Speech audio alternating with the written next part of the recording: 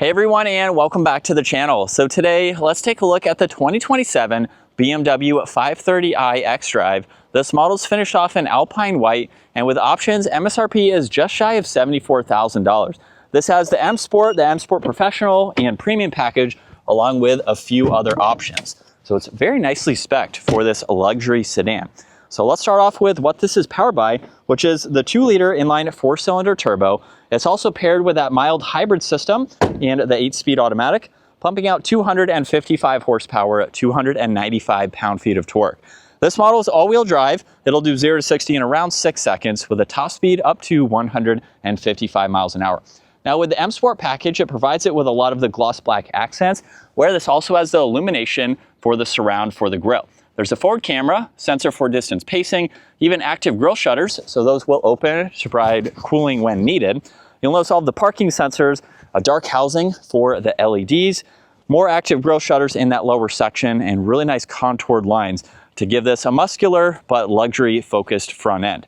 Now this also has the optional 20-inch wheels with the two-tone design, and there's the red M Sport brakes. You'll notice gloss black for the lower side skirt. It's also on all of the window trim and the base of the power folding side mirrors, where there's a camera and a turn signal. Now this has the full fixed panoramic sunroof up top, and then you'll notice the flush design for the door handles and that very prominent line just above the lower side skirt. Now this also has the small trunk mounted spoiler. There's a backup camera, LEDs for the lighting, parking sensors, and then no visible exhaust tips, just to give it more of that luxury look.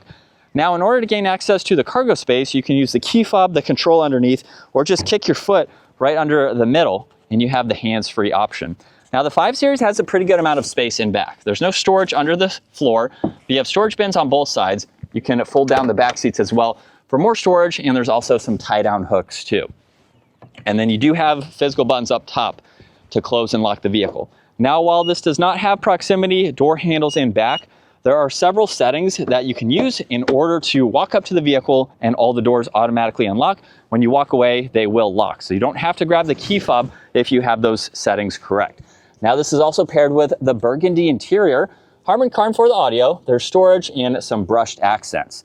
And with the seat released, this will fold almost flat and you have a large opening into the back. Now at 5'10", I have a good bit of space. You have an area to attach and charge tablets. You have vents in the middle along with auxiliaries, all of the climate adjustments, a little bit of storage, and I do have about 1.5 inches or so of headroom. You have the armrest with cup holders, and you can also fold this middle seat down by itself. So super practical for adults. You could have car seats in the back, very spacious for its sizing. Now there's memory seating adjustments, lock and unlock, window controls, your mirror adjustments, trunk release, and all the same materials, except you have this illuminating bar, which is neat to see. And then the same design for the front seats. They also have the manual leg support as well. Now this has the black leather M Sport steering wheel with paddle shifters, cruise control settings, and then there's volume, music, Bluetooth, and voice commands, and then you can go through the digital gauge cluster. So there's quite a lot to view, just depending on what you need to see.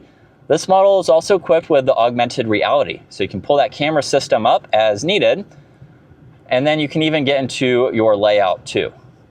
And then the last one is the head-up display, where there's a few settings depending on the driving that you're doing and the information you want to see.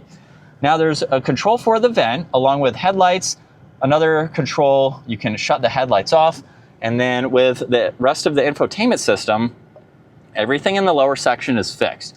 You also have the dial down below to further go through all of this, where this has the drive recorder, there's various driving settings, Apple CarPlay and Android Auto. The home screen is split, so you can go through all of this information. You can quickly get into the climates, pull up the map, music, and then the heated and ventilated seats, heated steering wheel, and the temperature adjustments. Now there's piano black along with this dark wood trim accent, more ambient lighting with the hazards, defrosters, and more air vent controls. You get storage and illumination for the cup holders with auxiliaries, and then the rest of the shortcuts for that infotainment system. There's volume and tuning. You can have different driving modes too. Now some of these are a gimmick. Sport mode is not, so you do have some responsiveness with that. But if you go into expressive, you have a little bit more of a gimmick with some of the colors. Everything will change. It will open the sunshade as well. So neat to go through all of those depending on how you feel. And then you have some driving settings and a shortcut to the camera system, or just use the shifter, of course. So this has backup assistance and then all of the angles needed to see around the whole vehicle. So you have no shortage of visibility. There's also drive and sport mode. The e-brake is park. There's auto hold. You have a split design for the armrest, and then plenty of storage in the glove box, garage door buttons, dome lights, and controls for the sunshade that is fixed glass. So the sunroof is non-existing. And then pretty easy to see over both shoulders. And still in sport mode, second gear, here we go. And just a mild acceleration. Paddles are very responsive. So again, for this being luxury focused, you have the sporty aspects, you have that piped in exhaust noise, and you have the boost paddle here as well to give you a little bit more fun with this model. So this is what it's like to be behind the wheel for the 5 Series. And you have a really good amount of visibility, very comfortable place to be. You do have a minimal amount of controls, but everything is laid out very well. I own an LCI X5, so it's the exact same setup, and I really enjoy it. I had a previous model with the dual screen setup, and this is by far superior in my opinion from owning 2 over the last 4 years.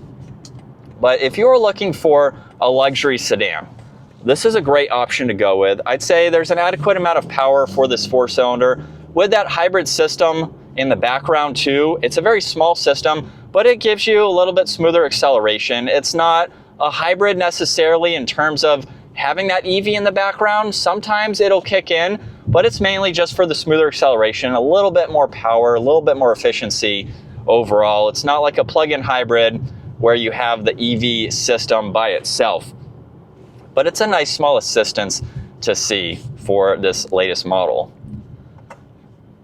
And downshifts are pretty quick too. Let's put it back into sport mode. Here we go. You do have some shift lights that will pop up as well. And just a really fun luxury sedan. So if you're not looking for something that's big either, this is a really good size. Good for city driving. You have the backup assistance as well to help you in some of those situations if needed. And just a really good daily driver. So that is going to wrap it up for the 2027 530i. Once again, a huge shout out to Hendrick BMW Charlotte for providing this for me today.